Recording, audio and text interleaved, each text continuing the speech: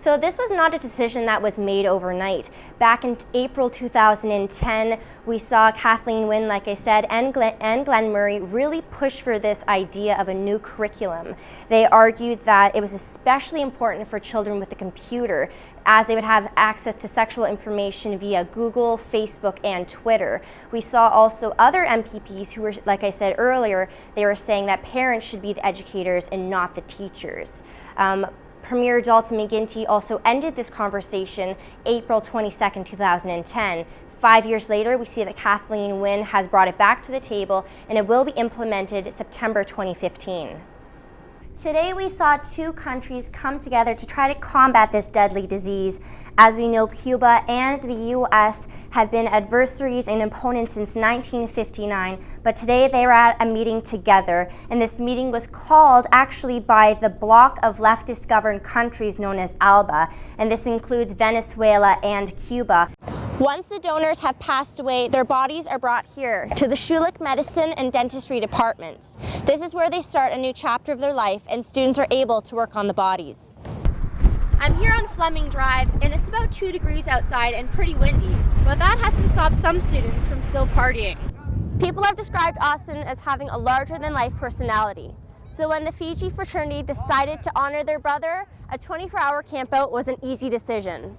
Last year, they raised about $17,000 for the Canadian Mental Health Association, and this year, their goal is $20,000.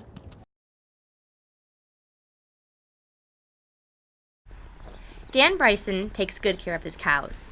There you go. Easy.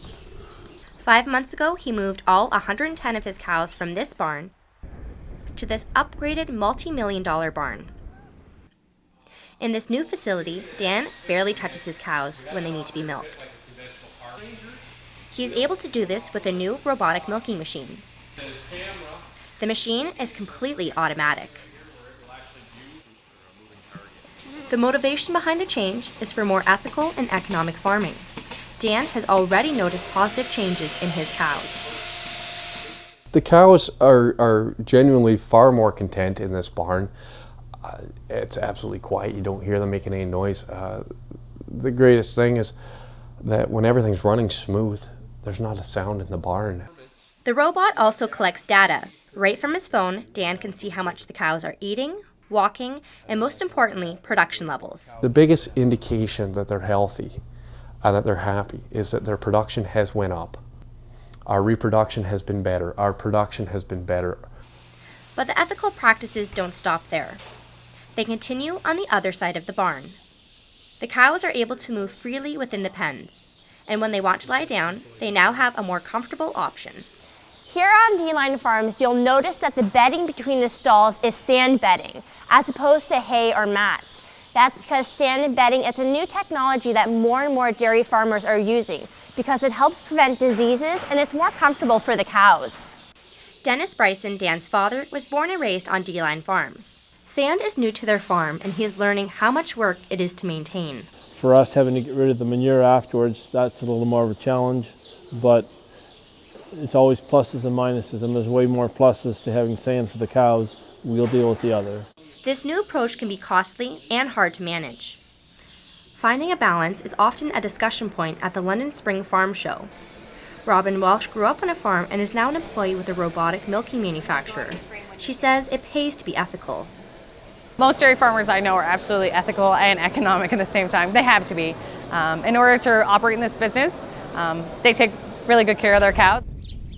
Back on D-Line Farms, Dan realizes that ethical practices are not only better for his cows, but for him as well. I've been able to take the kids ice skating, and I've been able to take them to the park and a lot of things I just couldn't do before. Dan will continue to provide comfort for his cows, because he knows that when his cows are happy, he is too. Amanda Whalen, Western News, London.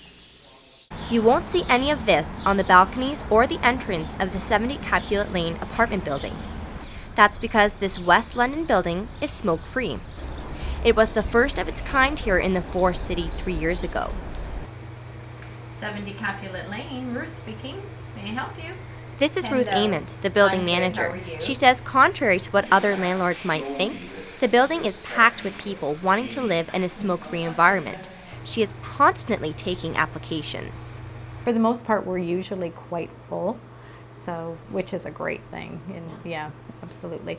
And our one-bedroom apartments, we cannot keep one-bedroom apartments. Stephanie Capulet built this gazebo as a designated smoking environment because the purpose of the smoke-free agreement is not to discriminate, but rather offer non-smokers a healthy alternative. It's the healthy alternative that brought Ann Callan to her 10th floor apartment.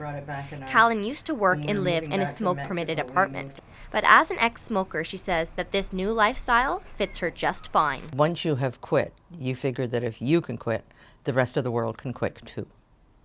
And that there's no excuse for smoking. And you sort of hate seeing going through smoke as you go into a building or wading through cigarette butts outside a building. But for others, the idea of a smoke-free apartment is stupid. Amanda Ballastry and her husband live in a smoke-friendly apartment. Ballastry doesn't agree with the prospects of a smoke-free apartment. Nobody's gonna tell me what I can do in my own home. Despite this smoky reaction, more and more smoke-free apartments are opening up in Ottawa, Kitchener, and Brampton. Who knows, maybe smoke-free apartments will garner heat. Amanda Whalen, Western News, London.